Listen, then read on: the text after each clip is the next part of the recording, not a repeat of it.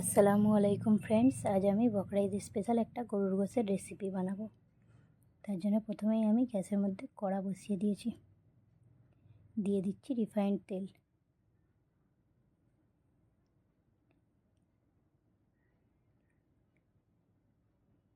তেলটা আমার গরম হয়ে গিয়েছে, দিয়ে দিচ্ছি এর মধ্যে পেঁয়াজ।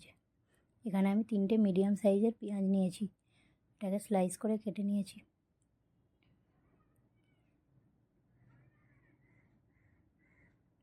পেঁয়াজটা আমি বেরেস্তা বানিয়ে নেব।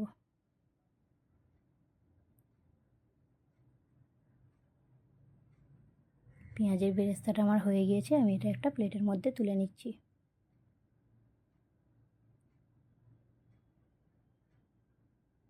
এবার এই একই তেলের মধ্যে দিয়ে দেবো কিছু গোটা গরম মশলা, একটা তেজপাতা, একটা শুকনো লঙ্কা, এলাচ, দালচিনি আর লং।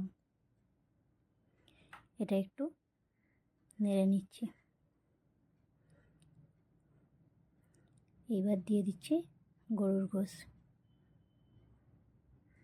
এটা আমি আগে থেকে কেটে ধুয়ে পানি ঝরিয়ে রেখে দিয়েছিলাম।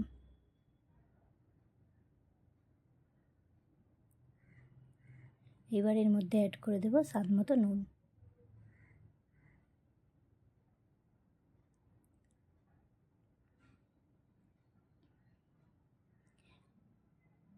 দিয়ে দিচ্ছি 1 চা চামচ লঙ্কার গুঁড়ো, হাফ চা চামচ হলুদ গুঁড়ো আর 1 চা চামচ জিরের গুঁড়ো।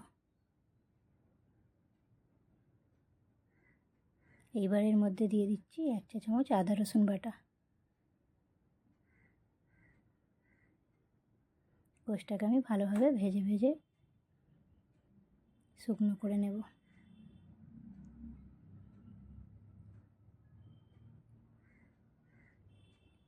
এবার এটাকে ঢাকনা চাপা দিয়ে 5 মিনিট লো ফ্লেমে হতে দেব। এবার মিক্সির জারের মধ্যে নিয়ে নিচ্ছি বেরেস্তা করা পেঁয়াজটা।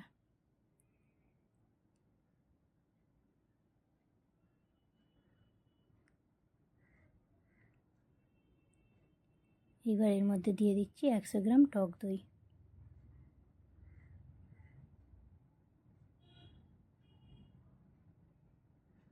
এবার দিয়ে দিচ্ছি এর মধ্যে ভেজানো আলমন্ড বাদাম, 3টেকে একসঙ্গে পেস্ট বানিয়ে নেব।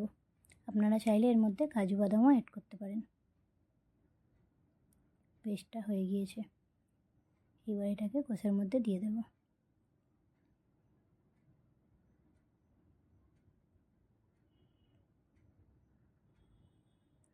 গোশের মধ্যে এই পেস্টটা দিয়ে কিছুক্ষণ ধরে একটু কষিয়ে নেব।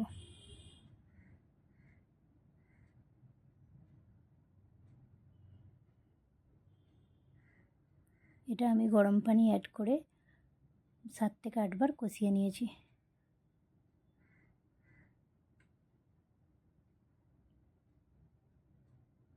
আবারও ঢাকনা বন্ধ করে 5 মিনিট এটা হতে দেব। দিয়ে দিচ্ছি বিরিয়ানির মশলা হাফ চা চামচ।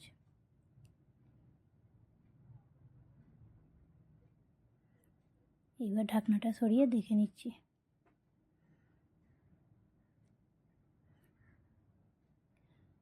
গোশটা আমার ভালোভাবে কষানো হয়ে গিয়েছে।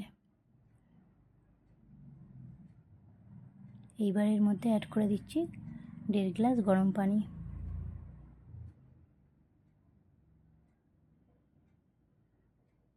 ঢাকনাটা বন্ধ করে এটা একবার হাই ফ্লেমে ফুটিয়ে নেব।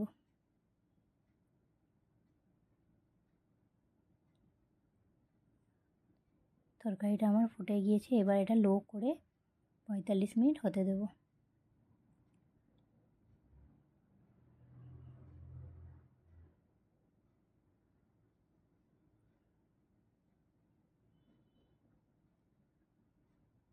45 মিনিট হয়ে গিয়েছে, এবার ঢাকনাটা সরিয়ে একবার দেখে নেব। দিয়ে দিচ্ছি সামান্য একটু বিরিয়ানির মশলা, উপর থেকে দিয়ে দিচ্ছি বেরেস্তা করা পেঁয়াজটা।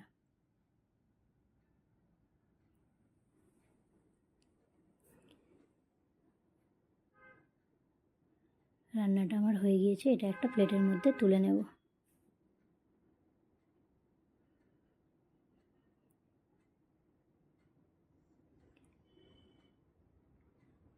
এই রান্নাটা রান্নাটা যদি আপনাদের ভালো লাগে তাহলে ভিডিওটা প্লিজ একটা লাইক করবেন, শেয়ার করবেন আর সাবস্ক্রাইব করে দেবেন।